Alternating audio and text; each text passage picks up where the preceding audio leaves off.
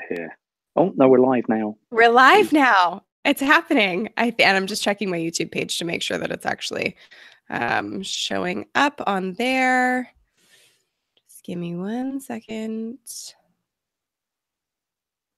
That's strange. You want to make sure it's synced or something? Yeah, it should be synced. Just give me 1 sec.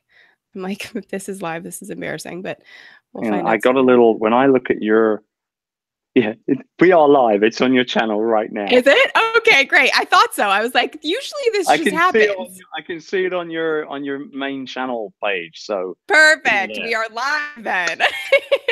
It happened. Okay, I'm just gonna open that up in the right window then. Okay. Hello, bosses. Okay, so I'm gonna mute this.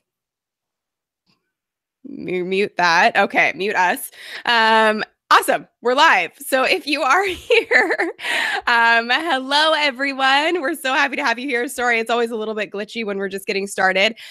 Just so everybody knows, this is a recording for my podcast, The Sunny Show, with the amazing Chris Ducker. So we won't be taking questions throughout the recording of the podcast, but at the end, we'll be doing a Q&A, and we'll also be giving away a few books, a book. How many do you want to give away, Chris?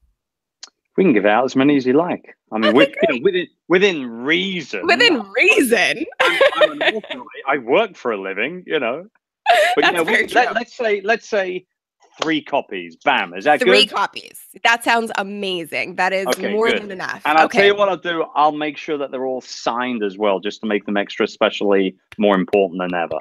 And that's why you're so wonderful. That's awesome. Okay. So, bosses, Chris Ducker, I'm sure a lot of you are here from Chris's community. So welcome to my channel. If you haven't subscribed yet, hit that subscribe button and hit the bell to get notified every time I post a new video each week. And we are going to dive right into the podcast interviews. Is there anything that you'd like to say before we get started, Chris? No, let's do it. Give me a good grilling. I'm looking forward to it. Okay, perfect. All right. So let's dive in. Chris Ducker, welcome to The Sunny Show. Congrats on the new book, Rise of the Youpreneur, the definitive guide to become the go-to leader in your industry and building a future-proof business. I've been diving into the book over the last couple of days and loving all of the info. And for people first hearing the term youpreneur, I'd love to start there. What does youpreneur mean? Yeah, good question, right? I mean, it's a made-up word. I made it up. All the best words are made up. Google, right? That's made up. True. Yahoo, that's made up as well. No, I mean, youpreneur, basically, a youpreneur is somebody who builds a profitable business based around them, their expertise, their personality, and the people that they want to serve. So it's people, honestly, just like you and all the other bosses tuning in right now. It's people like, content creators, coaches, consultants, authors, speakers, bloggers, podcasters, YouTubers, live streamers, you name it. Anyone building that personal brand business, but with the real premise, they're all focused on the word business. We're not just about building a following. We're actually about building that following, serving people in the right manner, and then obviously monetizing that in a smart savvy focus. Yeah, absolutely. I think that's the biggest piece. And I actually wanted to touch on the monetization piece. And in the book, you kind of break it down into 3 categories of building, marketing, monetizing. So let's dive into that process and that strategy of building a solid personal brand. Yeah, I mean, the building side of the youpreneur journey is actually a very, very simple one. But the problem is a lot of people like to try and skip the foundations. It's just like if you're going to build a house, you wouldn't skip the foundations. It would fall down, right? So for us youpreneurs, it's very important to understand those 2 or 3 or 4 things right out the gate that you have to do must be done properly, and they must not be skipped over, and they must be done with long term, or that long game, as I call it, in mind, right? So it's really broken down into 4 things. It's defining who you are, and we can go into that in a little bit more detail, because that's the most important thing of youpreneurship, is defining who you are, right? Mm-hmm. Then there's defining who your perfect customer is. So figuring out, once you know who you are, who are you actually doing this all for? Then it's obviously setting up your online home, And then obviously setting up your social media in the right way. Everybody's on social media nowadays, but are you actually doing things on there that's going to support your reputation or maybe burn it down? We don't know. I recently actually just spoke in front of a whole load of students at the University of Westminster in London. And I asked them one by one, hands up if you're on Snapchat, hands up if you're on Instagram, hands up if you're on Twitter, on Facebook, blah, blah, blah. Everybody put their hands up. All the students are on all the platforms. I said, okay, now leave your hands up if you think that if you were to do a complete social media audit, you wouldn't have to delete anything from your profiles. It could ultimately harm your reputation. Obviously, everyone's hands go down, right? So, there's a lot to kind of take away on that side of things. But ultimately, it comes down to you and what you're all about and figuring out who you want to serve. So one of the things that I always suggest to people is that they do what I call my self-awareness test. It's the Youpreneur self-awareness test. And on one side, you create a page, so to speak, with two columns, right? Piece of paper. On one side of that line, you want to write down all the things that you know you're really, really good at. Now, funnily enough, I don't know an entrepreneur that has no problems filling up that column without any problems at all. But the other side, though, they do struggle with. And this is because we're type A individuals. We believe we're great at everything that we do. And it's a tough one. The second list is a list of all the things that you struggle doing. I call this the let's be real list. So you got the flatter yourself list and then the let's be real list. And the let's be real list is a tough one to put together because you've got to dive deep. But the whole point of doing it is to become very self-aware in terms of what it is you do well and what it is that you don't do well. Now, some people think that you should focus on your weaknesses and try and turn them into your strengths. I call BS on that. I think you should delegate your weaknesses and focus on what you do better than anyone else. That's the stuff you should do day to day to day. And so that's kind of defining who you are, which leads on to developing who your perfect client is and so on and so on. But that's at the core of it. That's the foundation right there. That's the really important stuff. Yeah. I mean, I totally agree with you on the theory of delegating the things that you're not great at. I always call that like stay in your genius zone. And if there's one thing that I wish I had done sooner in my business is build a team of people who are better at the things that I'm not very good at, because it's a struggle.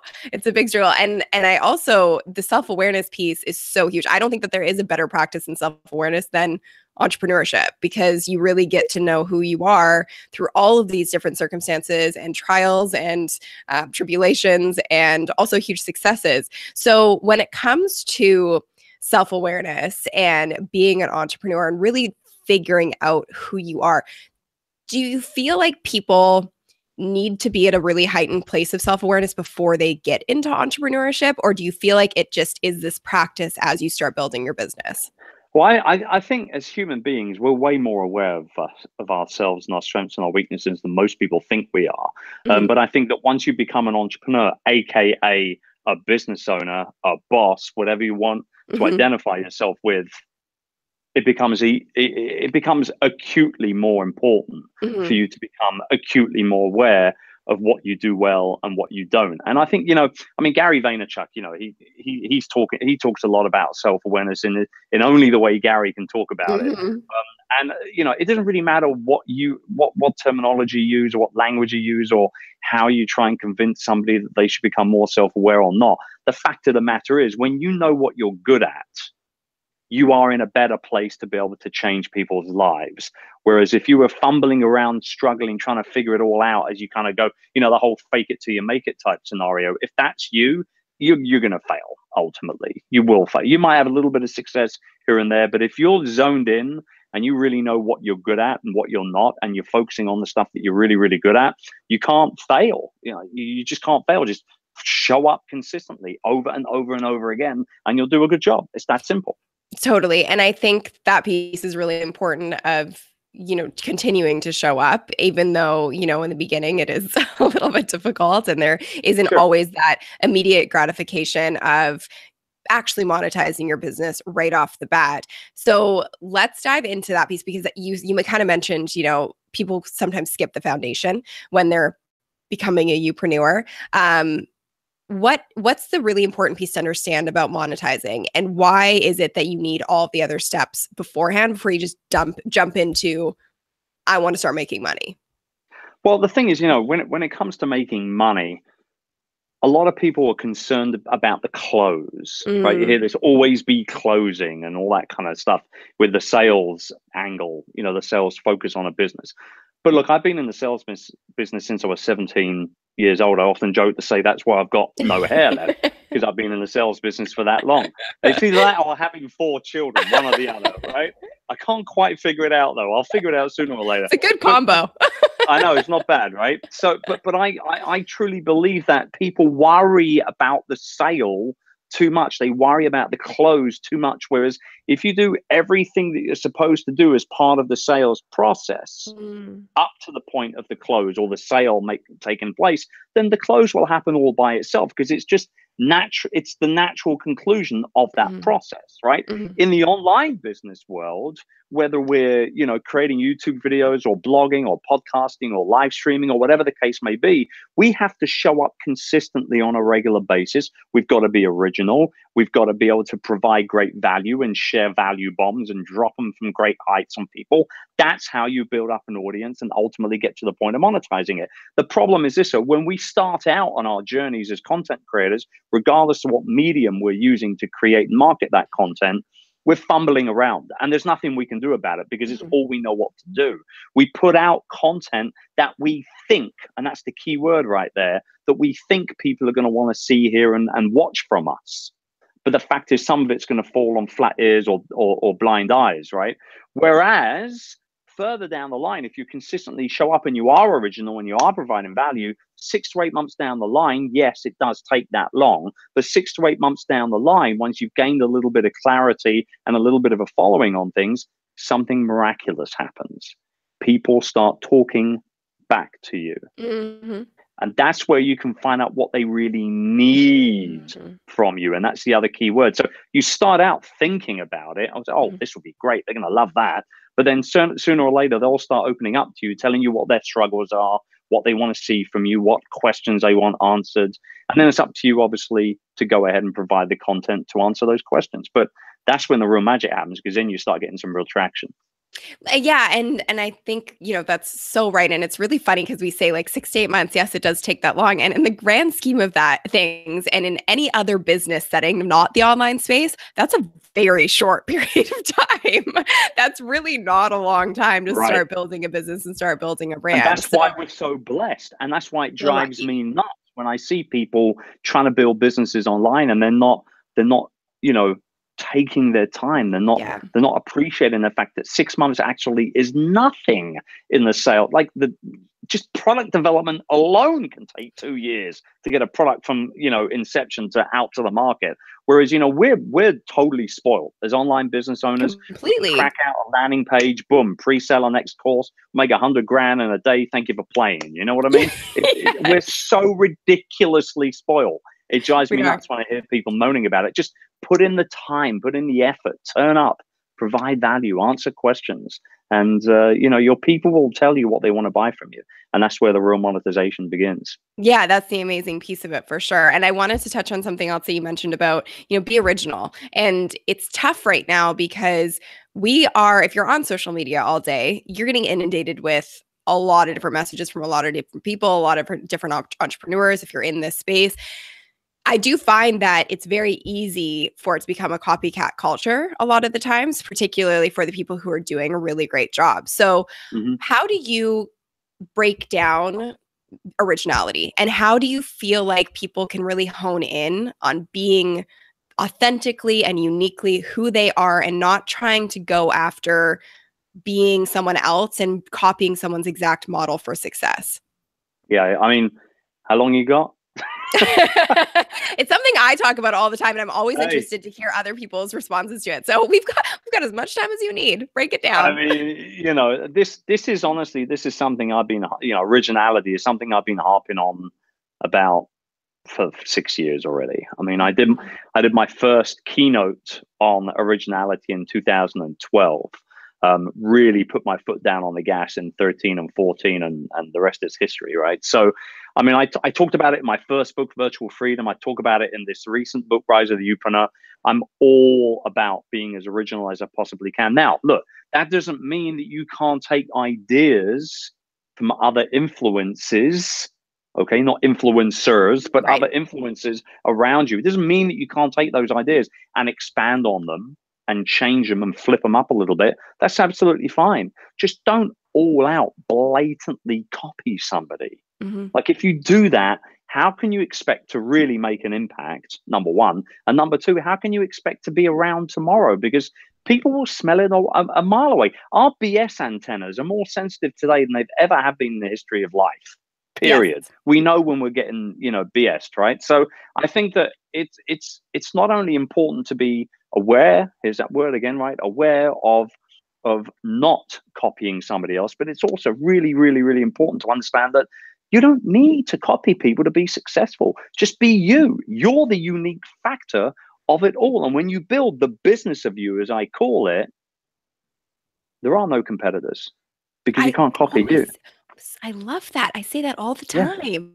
It's, Yeah. I agree. When you are uniquely, authentically you, you don't have competition because you're the only you in the world. And we need more of that right now. We're craving originality. So thank you for kind of breaking that Backing you down up. for everyone and backing me up on it. Yeah. Because I think that, and you know what, I think a common theme of what, you've mentioned and something that I talk about quite often is it is a long-term game. Like you're not getting into building a business to, unfortunately, I think there's been a lot of verbiage that gives people the idea that you can build a business overnight. But even if you build a business overnight, you still want that business to be around in 10 years. You still want to, create a legacy brand for most people. And business comes with a lot of responsibility, and it comes with creating a community. So you're not just going to make a quick buck and leave. And if you do, that's going to be obviously really damaging to your brand and your business as well. So it's But it's really not understanding only its long-term game. yeah, it's not only damaging to you and your business, but it's also damaging to the people that Yes, you touch it's whilst you're irresponsible. still in business. Because if you're that kind of fly by night type of individual that is just out for a quick buck, whatever it is you're selling, product, service, experience, whatever it is, it's kind of crappy. Hmm. If Hmm. your head is not in it for the long game, it's kind of crappy. Like I have released products and operated services 6, 7, 8, 9 years ago. I'm still operating and selling right now. If somebody's not happy with one of my products, I want to find out why. If someone's not Yes. happy with an experience of one of my services, I want to find out why. I don't hide away from direct tweets and all this other sort of stuff. It's not my game at all. And I think that if you have that mindset of abundance and continuously updating yourself and updating what you do for your customers, then you can't lose. You can't You lose. can't lose. You can't Yeah. lose.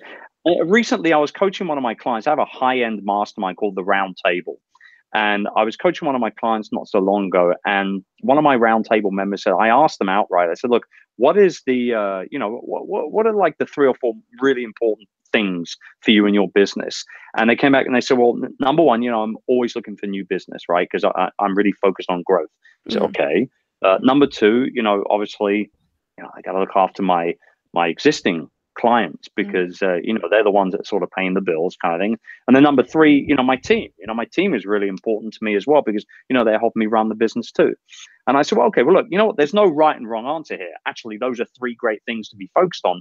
The issue with me though was that he had them ass backwards. We Yes. need to literally flip them right on top of the other. Like number one, you take care of your team Yeah. first and foremost. They are a direct extension of you and your persona and your reputation. If they're not in the right mindset, then they're not going to serve the people that you're serving ultimately properly, right? Number two, your existing clients are great and they should be taken care of before you focus on getting new business. We all know it's easier to get a yes a second, third, fourth, fifth, sixth time than it is to get the first yes, right? So, it just goes to show you, I think it's this awareness. And obviously, when I dropped that on him, he was like, oh my God, that's so right. That is so true. The thing is, we're sometimes so close to our own businesses and our own, brands and reputations that we don't see that stuff. We need someone else to point it out, which is why it's important to have coaches and mentors and things like that. But ultimately, I think if you're aware of what you're doing, why you're doing it, who you're doing it for, and how you're doing it on a regular basis, you can't lose. I really don't think that you can. Yeah, and that's funny. It was a great segue. I was gonna ask you next, what There's is a your segue. why? I did Yeah, not know you this. didn't even know. And it was the segue. You set me up perfectly. What is your why? My why. Oh, I think my why is because when I first started really focusing in on building my own personal brand, which is around 2000 and about 2000, late 2011, early 2012. I'd been blogging and podcasting online since January 2010.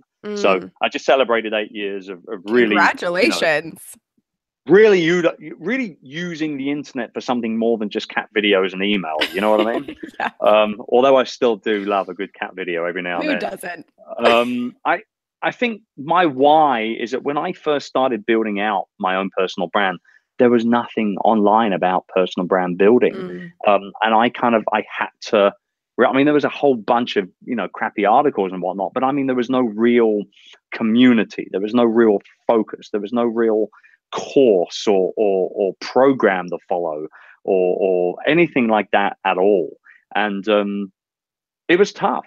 I had to figure out a lot of things. And I was also quite, blessed, during this time because I had the podcast. It was growing with popularity, and I could get people like, Gary Vaynerchuk or Chris mhm, Brogan and, all these other fantastic personal brand entrepreneurs, whether they identified with that or not. That's ultimately what they were. mhm, And slowly but surely, I was able to develop friendships with them and get them onto my show and not only learn from them directly, kind of free consultation quite selfishly, right, mhm. but also inspire my listeners and my audience to do likewise as well.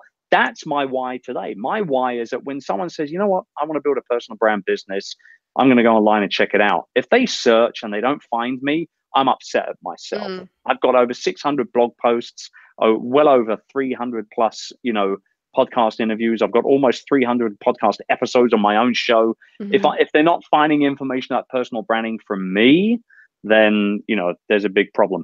That's the business why, right? The personal why, quite frankly, is my children. Mm, That's the legacy right there. mhm. There's no fancy kind of flashing lights and bells and whistles on the legacy front. I want my children to do better than Mm. I have done when I'm done and finished. And let me tell you something, I'm going to do damn well. So they better bring it. You know what I mean? Yeah, That's my why. absolutely. That's the other why. It's the kids. I love it. I mean, that's great. And with your kids, I am curious, have you kind of already started them on the entrepreneurial path with each of your kids, or are you kind of like, whatever you want to do, you do? Well, I think, look, at the end of the day, I want my kids to be happy, right? More than Yeah. anything else. But they certainly are going in that direction. I mean, my Mhm. eldest is CJ. He's 22. He's got his own videography business. He focuses on working with pro athletes and that sort of type of thing. Awesome. So he shoots, he edits, and he does all that great stuff. And he's fantastic at what he does. Then my daughter Chloe, she's studying at university in London. She's studying marketing communications. I keep telling her that she's going to work for me for 10 years to pay the investment off. She's a very, very smart cookie, and I Mhm. can easily see her running her own business at some point in the future. Charlie, he's 9, and he sits around the table and he hears us, and he'll ask questions like, "Daddy, what's customer service?" And Mhm. all this sort of type of stuff. So it's still a little early to figure it out with him. And then Cassie, well, she hasn't got much of an opinion at the moment. She's only 5 months old. I mean, All that's she fair. cares, I know. She cares about is a bottle, bath time, and clean diapers. You know what I mean? But That's great. I certainly hope. As time goes by that they do develop more entrepreneurial mindsets. But at the end of the day, as long as they're happy, that's all that really matters.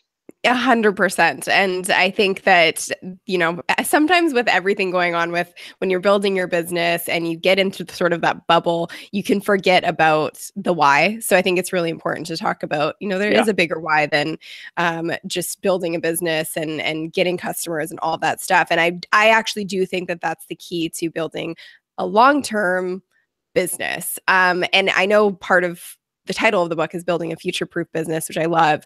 And you've obviously are a seasoned entrepreneur. You've built several businesses.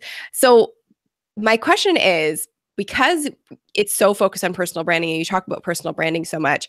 How do you build a sustainable business out of being a personal brand? Because I think there's a misconception that if you're a personal brand, you're doing everything solo, and still are able to separate yourself from the business, run other businesses, write books, and do everything else that you're doing.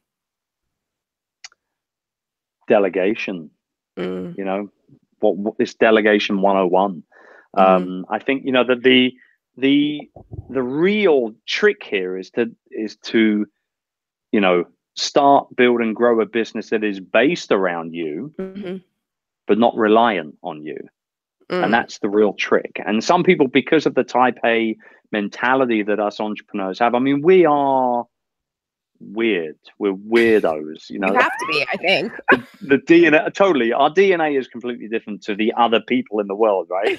and I think that it can sometimes be a challenge for people to just let go and to just get out of their own way. But the moment that happens, amazing things happen because of it as a direct result. I mean, I hit my burnout in 2009, and it was not happy. It wasn't a happy time. It was very stressful, physically, you know, it was a brutal time in my life.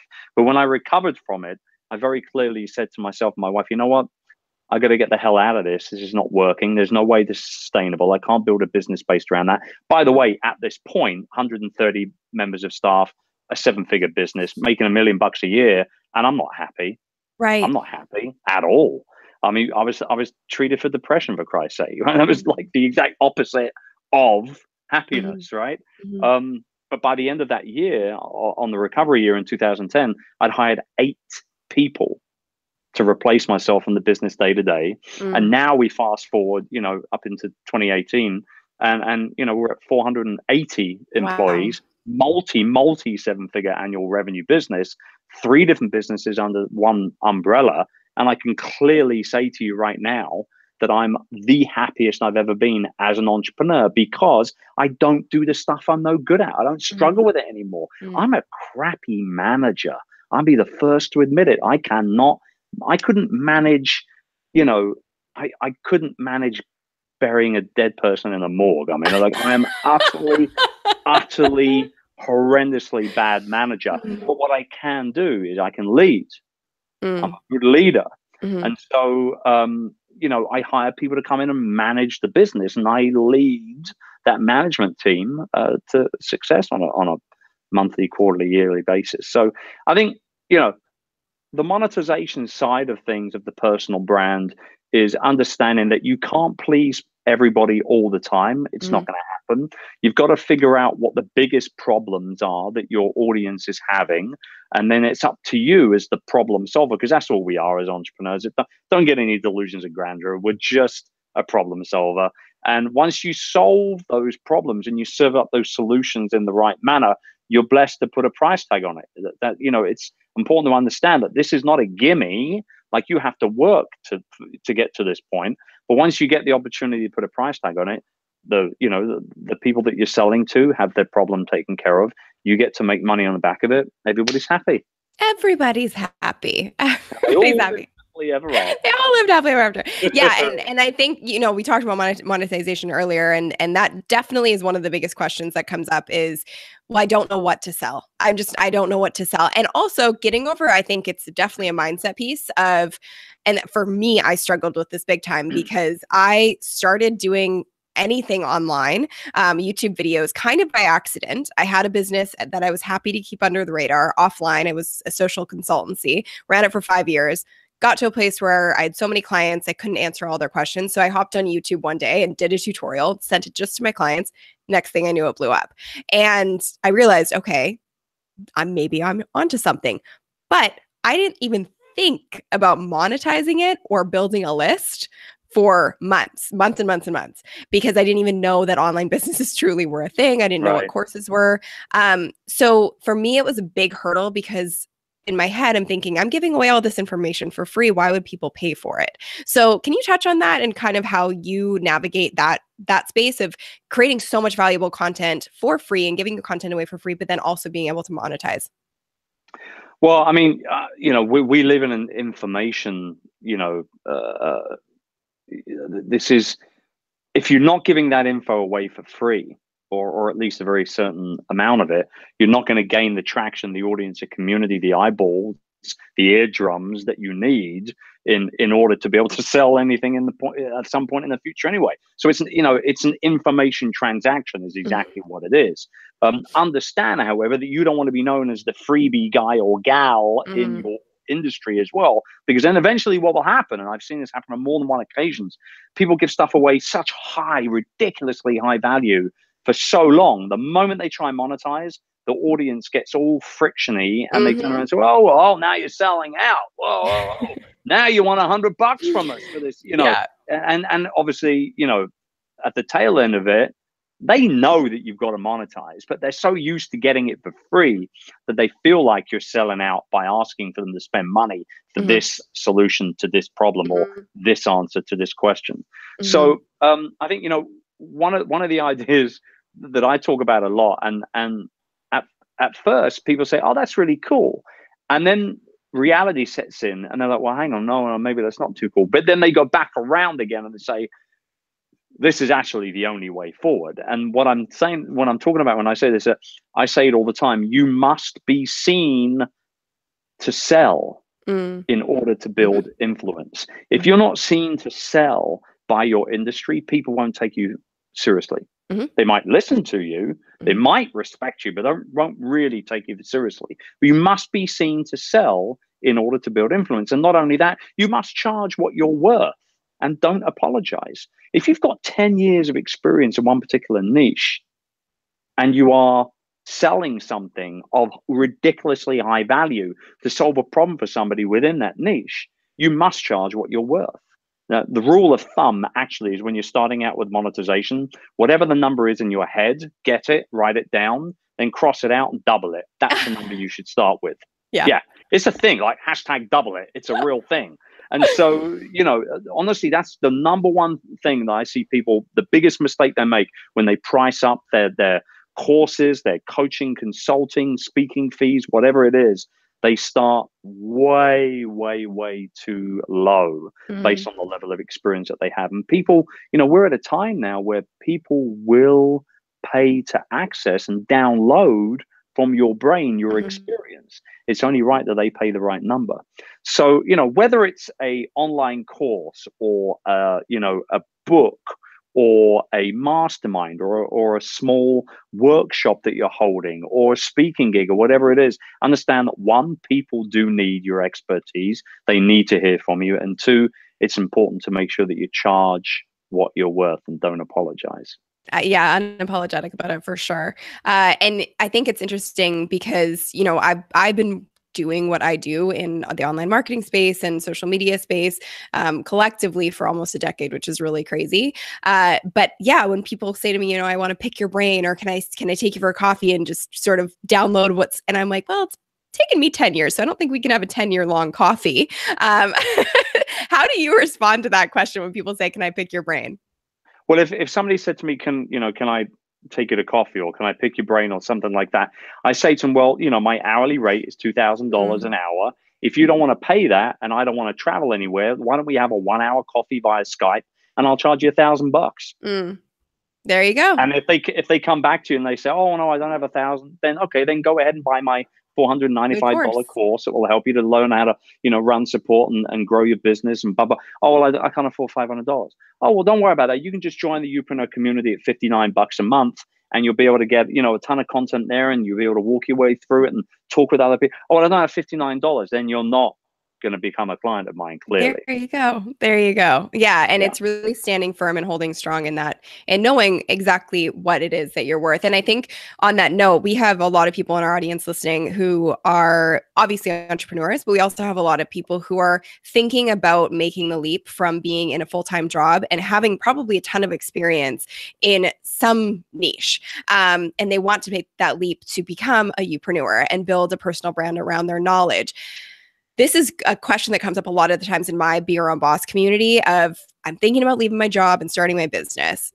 Do I make the leap now or do I run it as a side hustle? What is your advice for people who have experience, have the knowledge, want to start a business, but are afraid to make that leap?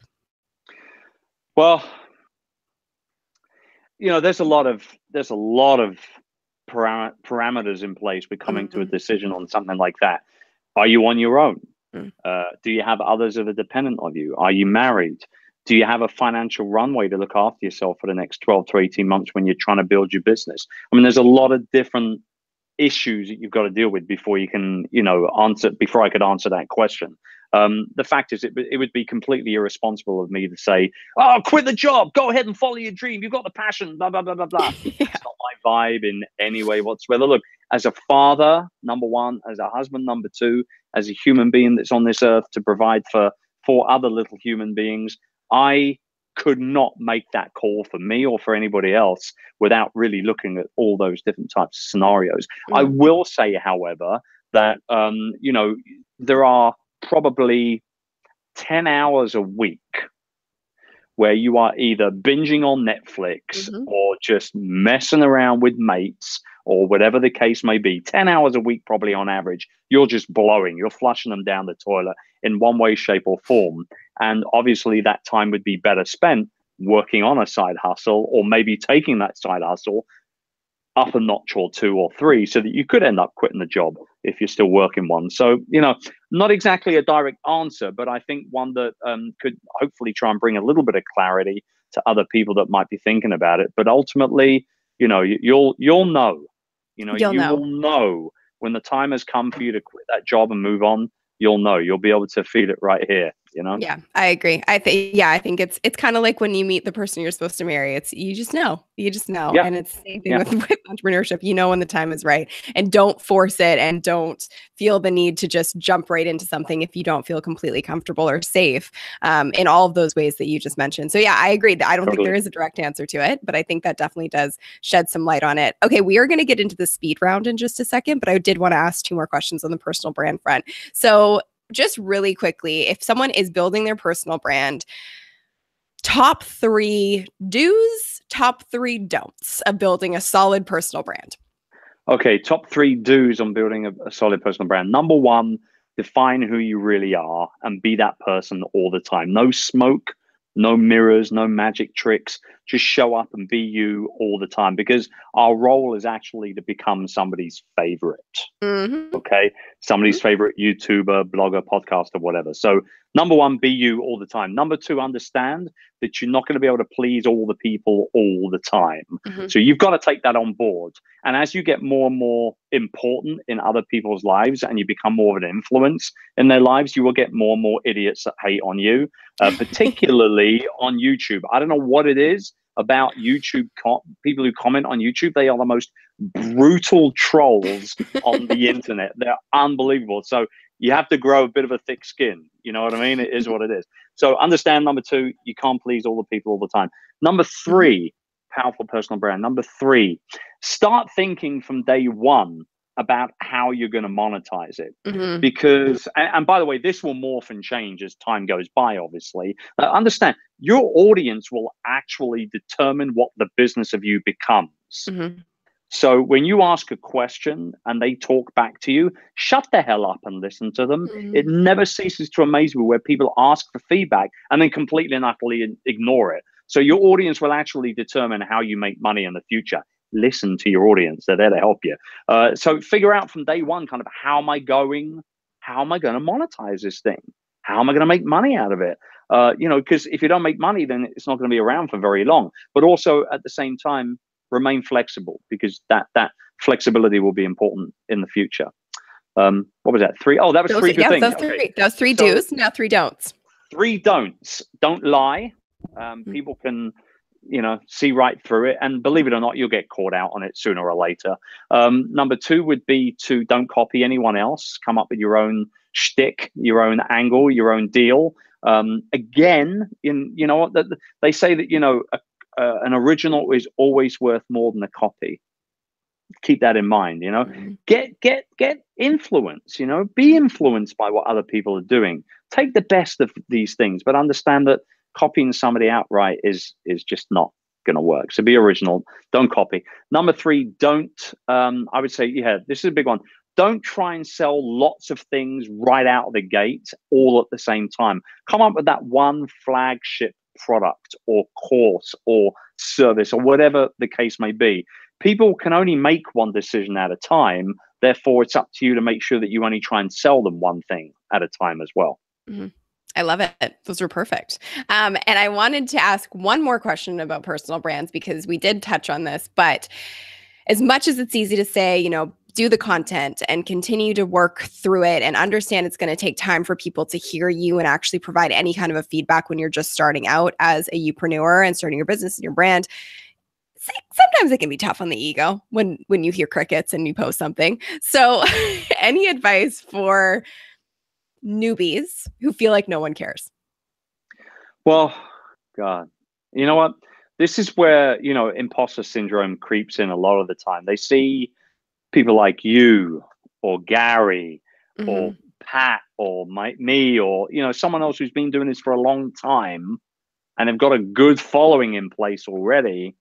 And they say, well, why can't I? You know, I'm doing that. Why don't I have 100 likes on my Instagram post or, you know, 50 retweets on that last tweet? Now, understand, you can't and you should not compare your first step in the game with somebody else's 100th step. Or 1,000th. Yeah. So don't let the whole imposter syndrome thing kick in.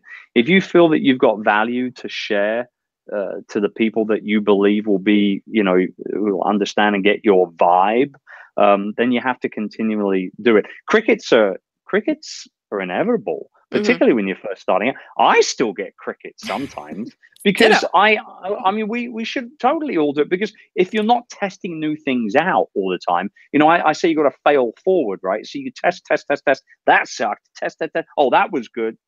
That sucked. The stuff that, you know, the stuff that doesn't land, then that's good that you know that your people don't like that, because you can never do that again and be, you know, you kind of eradicating that from the screw ups that you can make in the future, because you're going to screw up. It's that simple. So I think, you know, don't worry about the crickets are good.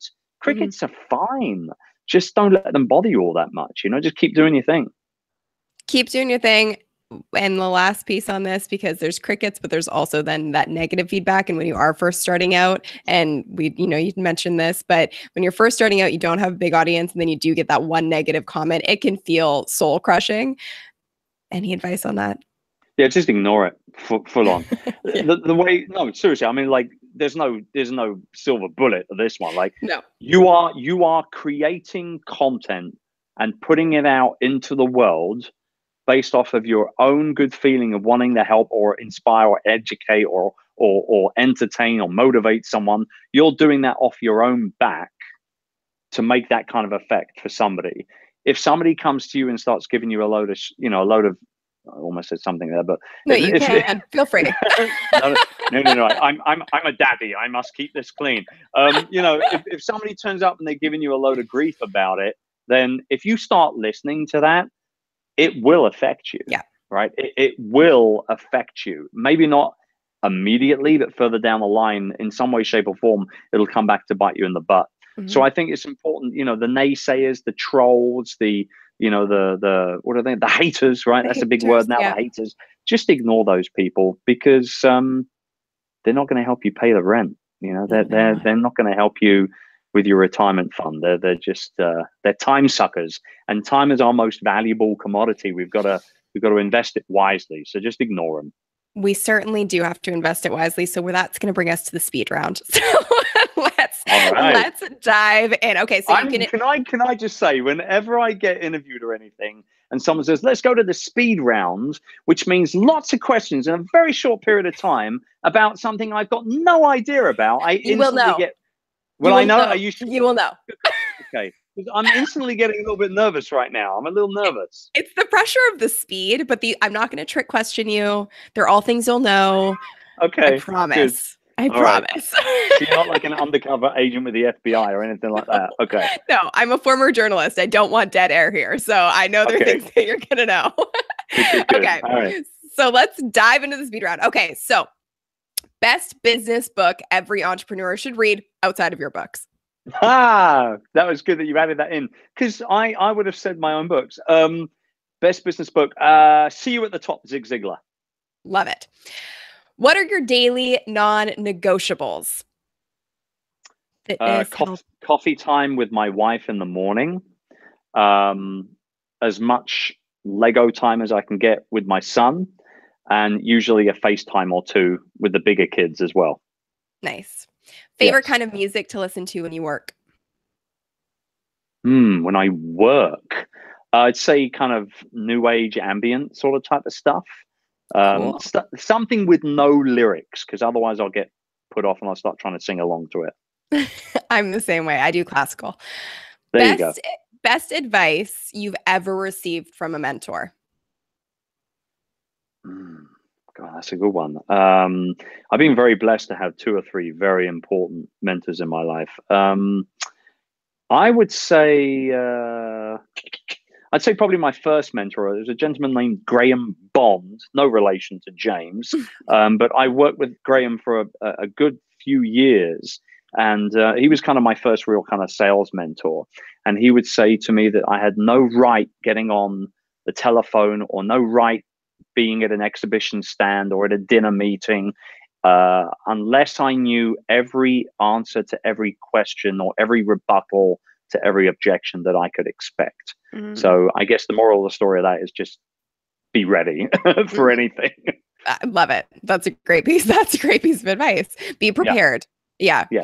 What are the 3 main characteristics of a successful entrepreneur? 3 main characteristics of a successful entrepreneur. I'd say number 1, tenacity, not giving up. Number 2, I would say to a certain degree, I think an ego. I think you've got to have a little bit of an ego. And then, because we've got to be a little cocky from time to time. We've got to be very sure of our self-confidence, And then number 3, I would probably say, the ability to be able to be flexible and to pivot as and when situations were to change around you. Good ones. What's the biggest lie about online business? That you can do it overnight. Agreed. What are you most proud of in your business? What am I most proud of in my business? I think, it's the little things. Like although I like to make money, as I've gotten older and I guess I've made more, it's the little things for me now that actually make the big difference. So it's the things like the thank you cards or somebody coming up and telling me a quick story as I sign a book for them, or, those sort of topics. I'm just thankful for the attention, I guess, more than anything else. Love it. What are you most proud of in your life? My kids, definitely. Yeah. I mean, look, at the end of the day, it could all blow up tomorrow, but I'll still have them, won't I? You know what I mean? Good perspective. My definition of being your own boss is showing up for yourself so you can show up for everything else personally and professionally. What is your definition of being your own boss? I think my definition of being my own boss is, to understand that the world genuinely needs what only I personally can provide it. And it would be a bloody shame if I didn't show up every day and share it with everybody that I come into touch with.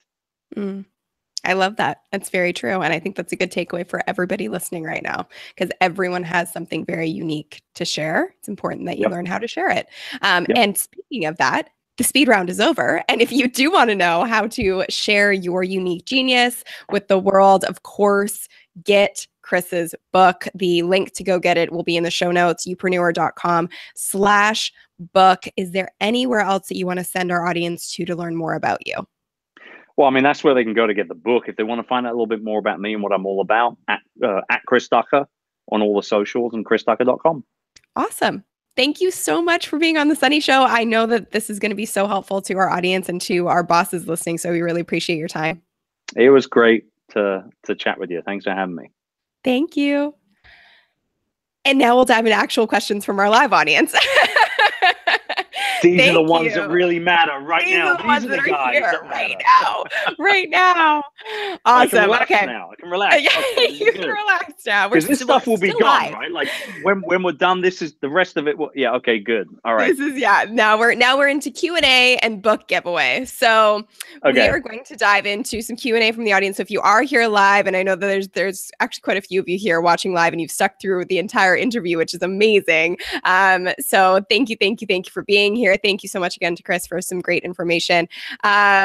Let's dive into some of these questions. I actually saw some come through when we're recording live. So thank you. A great interview it was. It was a great interview with Chris. Wow, look at all these. These are great comments. Look at all these comments. Wow. I know. I've just loaded up the page. This is fantastic. Yeah, there's lots of them. Fantastic.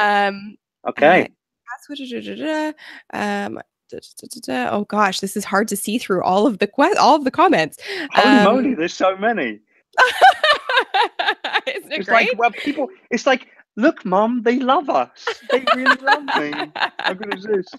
Oh dear. Okay. So there's actually a really funny comment in here that says, I guess I have to work on not being boring. My teenager told us we're a bit boring, but I don't know what to do. So I guess that means in their personal brand. I think that's really, really good advice. Don't be boring.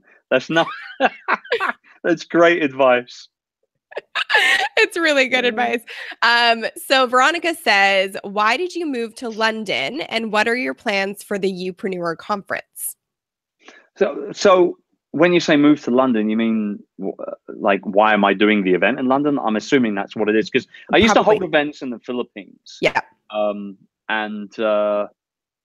You know, we're moving back to England very, very soon. And so, although I'm in England right now, I'll be back in the Philippines in like a week from now. And then, you know, anyway, it is what it is. Mm-hmm. But the reason why Youpreneur Summit is in London is because it was always my dream to be very, very honest. And it might sound just like, you know, a little bit corny or whatever, but it was always my dream to run a big business conference in my hometown of London. I'm a very proud Brit, very proud Londoner. And, just genuinely, I just wanted to bring a great event to the UK. There are a few events here and there that pop up in the UK, but quite frankly, none of them are all that great. That's just the God's honest truth. And I've spoken at a lot of them as well. So I know from a first-hand perspective, I'm not pushing down on the people that hold those events. All I'm just saying is that I know, because of my experience in the event business many moons ago, the publishing world, and then obviously running my own businesses and my own live events as well, I know I can do better, which is exactly the reason why. See where the ego and the confidence comes? Oh, yes, I like it. You know, I really like it. Better, and I know I can put on something that not only the UK residents would feel like, you know, they deserve, but also people from all around the world. You know, the first summit that we held last November, we had 350 people from 37 countries around the world come all into London for that weekend. Crazy. And you know, when we went through all the surveys and we tottled up kind of all of the different feedback that we got from everyone, one of the questions was, how would you describe the Youpreneur Summit to someone that wasn't there? And the one term that came up over and over and over again was life-changing. So that's the kind of event I want to run. And I just feel like it's the right place to do it. You know, I'm a Londoner. It should be done in London. Absolutely. Simple. Hometown glory. What was your, Hashoshi asks, what was your breakthrough moment with your business? Breakthrough moment. I think actually my real breakthrough moment was before I started my business. My breakthrough moment was deciding that enough was enough, working for someone else and actually starting my business. That was the real kind of breakthrough for me, because I'd had these entrepreneurial tendencies for quite some time and I'd flirted with them here and there. But after a month in Miami working for the guy that was my last ever boss, I was there for an entire month with him. Lovely guy, except for in a business environment. And then he was a complete nightmare. And so, yeah, at 37,000 feet on an airplane back to the Philippines, I wrote my resignation letter and sent it off when I landed. And that was that. So that's the big breakthrough. You know, that's the big breakthrough. Fast forward, you know, about a year or so after we started the business, we almost went bankrupt because one of our clients basically screwed us over. And I had to kind of, you know, I had to pause everything and kind of recollect things. And maybe not so much a breakthrough, but certainly a fantastic survival story that we didn't have to, you know, close down the business. And something I'm very proud of is saving the business from dying. And not only that, but building it back up to such an incredible height. That's amazing. Yeah, I mean that's definitely a breakthrough moment for sure. I Yeah. want to ask this one. It's a tough question to ask and probably for you to answer, but I do want to ask it because I think you'll probably have insight on this. You mentioned going through a burnout. I think you said in 2009. Was that right? In 2009? Yep. So someone asked, the selfie queen asked, what's your advice to those people who are suffering from depression or let's say a burnout because they just think they can't do it anymore? They can't do the business thing anymore, the entrepreneurship thing. Maybe they haven't had that breakthrough moment yet. Yeah, it's a hard one because obviously everybody's got their own issues to deal with, right? Their own demons to deal with or whatever. But I mean, all I know is that when I hit the pause button to recover from that burnout, I was able to see things a lot more clearly, not just with what I was doing, but what else was going on around me. And that enabled me to get over the burnout and really kind of, build things back up properly. So I would say just be very acutely aware of not only what you're working on and how you're doing it, but also what else is going on around you as well. And understand that it's okay to take a break. Bloody hell. It's okay to hit, seriously, like it's okay. No, I hear you so hard on that. I Right? went through my own burnout in the summer and I'm just like, yes, you need a break. Everybody needs a break. It's normal. If you feel like you need to hit the pause button, hit the darn pause button and just do nothing, veg out for a week, do nothing for a week or two.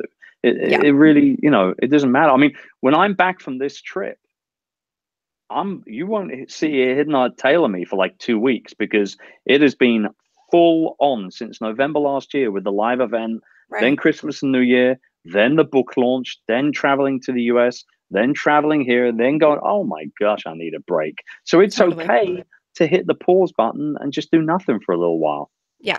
And someone just asked, kind of related to that question, and you mentioned your daily routines, but they asked if you do yoga, meditation, or anything like that in your daily routine? So I hate exercise. I'll be the first to admit it, but I do it because I know it's good for me, right? And it'll help me be around for longer. My wife is actually a yoga teacher. So she likes to sort of try and inflict the pain that is a yoga session on me as much as possible. I will say yoga actually enabled me to really bounce back properly from my back surgery that I had many moons ago. It's not something I do on a daily basis, but it is something that certainly helped me out, before in the past. And as for meditation, I'm not one to sort of sit there with my legs crossed and my eyes closed and things like that. But I do regularly take breaks throughout the course of the day. Sometimes I might just want to lay down for 15 minutes, just take a little nap and think through things a little bit. So it doesn't really matter. I don't think, some people might call it meditation. You think meditation, you think on the floor, legs crossed, arms facing up. You have this kind of vision of what meditation is in regards to the broader sense. But sometimes just taking space, listening to music for 20 minutes is very comforting, very relaxing as well. Totally. I want to be respectful of your time, but there's so many good questions, so I'm trying to. No, let's keep going. We've got about another 15 minutes or so. And I want to make sure that we can also get to the giveaway. So, one question is, what's your best advice from Island Eric Stone? What's your best advice for choosing a platform, either YouTube, podcast, blog, etc.? So, first and foremost, it's got to be a platform that you personally feel comfortable on, right? Yeah. Because if you don't feel comfortable on the platform, then it's going to come through in the content that you create, and it's not going to serve anybody, well at all. But equally, be aware of the fact that there might be some medium types that are going to be more enjoyable for your, both existing and future audience compared to others. So if you're more of a talker than a typer, like I am, I hate this, but I don't mind this, then I'm going to be a podcaster. Boom, that's it, done. If I want to create written content for my blog, then I can have some of my podcasts, transcribed and refashioned via a content editor and put that on my blog to get my message across. So I think number one, be aware of the fact that you're going to have to be comfortable on it and to pick a medium that you feel comfortable utilizing. But also number two, be aware of the fact that there might be some mediums that are more conducive to your industry or the people that you want to serve. Gotcha. What is your advice on trying to generate income and build a business when you have no income to start with? Sensational Life just Well, asked that. yeah, it's a good question. I mean, understand that unless you put stuff out there to sell, you're not going to make any money anyway. And this is where the procrastination comes into play.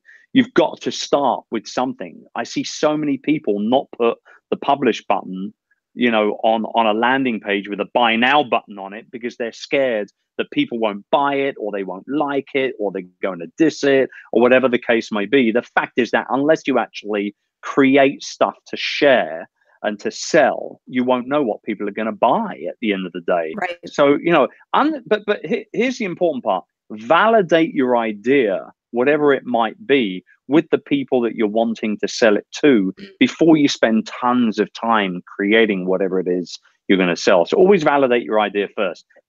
My good friend Pat Flynn wrote a book called Will It Fly? Yes. That is kind of like the validation manual for anybody doing business online. So you should go pick up that book. You should. That was a good plug for Pat. He was just on recently.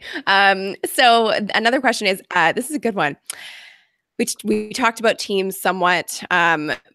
What about when you have toxic people on your team? How do you get rid of them? You just fire them outright. I thought that would be your answer. Come on. I mean, I don't like you no more. Get out of here. No, yeah.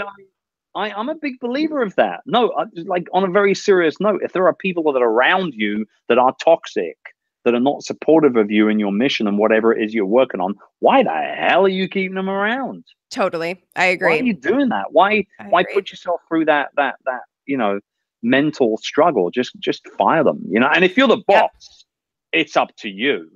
Like, you can make that call pretty darn quickly. So just get rid of them. As you can tell, I'm a pretty brash, no BS kind of guy. Like, I just tell it how it is. Just fire them. Just get rid of them. I appreciate that.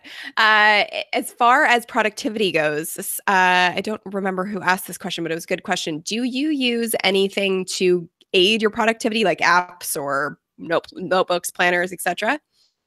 What I do is I schedule everything. This is kind of like my number one thing for productivity. Just schedule everything. If it doesn't get scheduled, it doesn't get done, right? But so 15 minutes for social media on the schedule.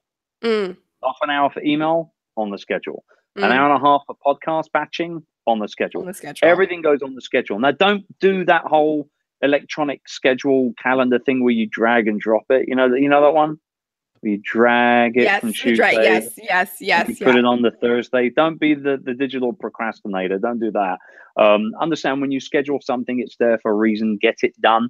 Zig Ziglar used to say, that was his number one thing, was procrastination. He hated it. Why put off till tomorrow something that you can do today? I'm a big believer of Zig's and what he was talking about when it comes to all that sort of stuff. So yeah, just, schedule as much as you possibly can on a day-to-day basis to really kind of tick everything up, off your to-do list. Don't use your inbox as your to-do list. Get that stuff out of your inbox. And also this is what I do. I don't even go in to your inbox until as late in the day as you possibly can. Usually for me, that's around just after lunchtime. So in the morning time, what I do is I do my creative work first. So it might be recording podcasts or videos or being interviewed or whatever the case may be. And once that's out of the way, at that point, I can get into the more kind of admin related tasks. Totally. That's good. That's very good advice. One question from Nate says, how does Chris get new leads? Through SEO videos, podcasts, or YouTube videos? I'm assuming it's all of the above, but all of the above, baby. Yeah. That's it. Perfect. I mean, I will say, just to kind of just nail it down for Nate and everyone else asking questions here, I without a shadow of a doubt, the number one way that people find me, discover me, can contact me, and end up ultimately getting into my ecosystem is my podcast. And the reason why is because I've been podcasting for a long time. Yep. I go ahead and create new content every single week. I show up every single week without fail, and people come to expect it. And so without a doubt, podcasting has been my number one lead generator for many, many years now.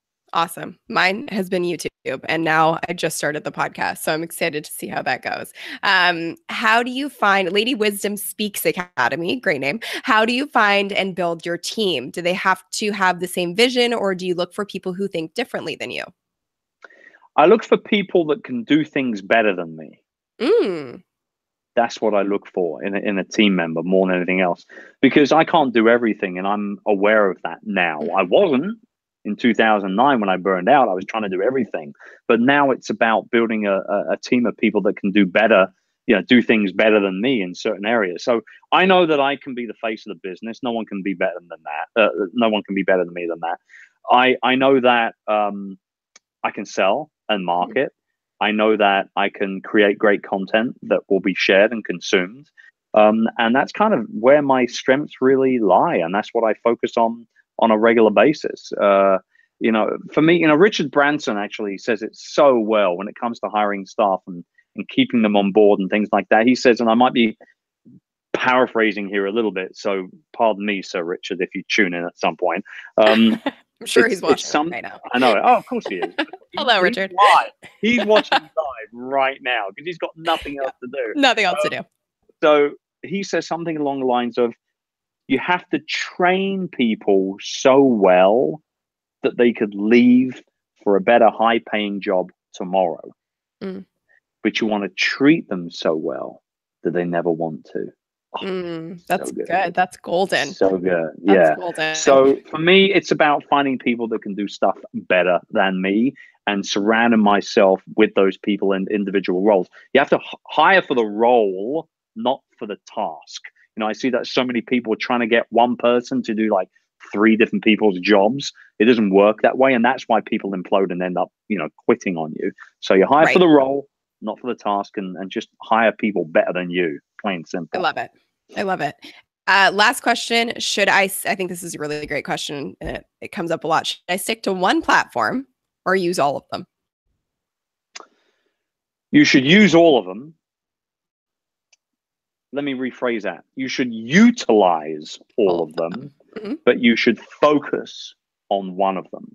You are the perfect case in point, Sunny. So you utilize all of the different platforms out there, but you really focus on YouTube. And allow me to go into coach mode, mentor mode here for a minute and to you, as great as your podcast will no doubt become as it continues to grow, clearly YouTube and video is going to hopefully remain to be your focus, because it's where I think you will shine the most in the next 5, 10, 15, 25 years. So understand that. Utilize Facebook, but don't build your business on Facebook. Don't build your home on rented land. Yes. Right? Bad move. Utilize Twitter for the quick, easy communication that it brings. Utilize Instagram for the digital and the imagery that it creates, but don't necessarily build your business. Facebook groups, don't build your business around a Facebook group. Please don't do that. You're asking for trouble. So, just focus on one particular platform, but utilize all the others to bring people, together. Yeah. And I think so, just really quickly, we're going to dive into the giveaway in just a second, but on the note of utilizing the one, and I talk about this a lot, we put 75% of our effort into our content on YouTube, and then we leverage that content that performs well on YouTube for all of our other platforms because it's already proven to work. And even when I started the podcast, the only reason I started a podcast is because we had so much feedback from our community and our bosses saying, I want to be able to listen to you in the car. I want to be able to listen to your episodes when I'm going for a run. And so I just listened. And I was like, okay, sure, that makes sense. I will turn this into a podcast. And I only turned it into a podcast when I actually had a team around me who could execute on it. Because there's no way in hell that when I started my YouTube channel, I also could have started a podcast and been successful at both. Right. So I think that's what I understand. Yeah. Cool. How do we want to do the giveaway? See the self-awareness there? Oh, I like that self-awareness. That's what you're a youpreneur. You are now officially an honorary youpreneur. I've been blessed. Am I knighted now? Yeah, this is awesome. You are. You are knighted. If I had a sword, I would be knighting you right now. Thank you. Okay, so let's do this giveaway. How do you want to do the giveaway here? What do you think we should do? All right, I got it. I got a good one. Okay, good. So this is what we're gonna do. I want you. Okay, let's get this right. I want you to reach out to me on Instagram. I'm trying to think about you guys. I was going to say Twitter, but I think your guys would be more into Instagram than Twitter. I'm going to go out on a limb and say that because they watch you. They're more visual beings, right? So reach out to me on Instagram. Send me a direct message on Instagram telling me, let me get this right. I want to make this really good. Reach out to me on Instagram telling me exactly how you are going to change the lives of the people that you are going to touch and come into contact with in the next 30 days. That keeps it concise and to the point. So the people that you will meet in the next 30 days, what are you going to do to bring a little bit of goodness into their life, one way or the other? It can be business related. It can be personal related. I don't really care as long as you just bring in the goodness. That's what it's all about.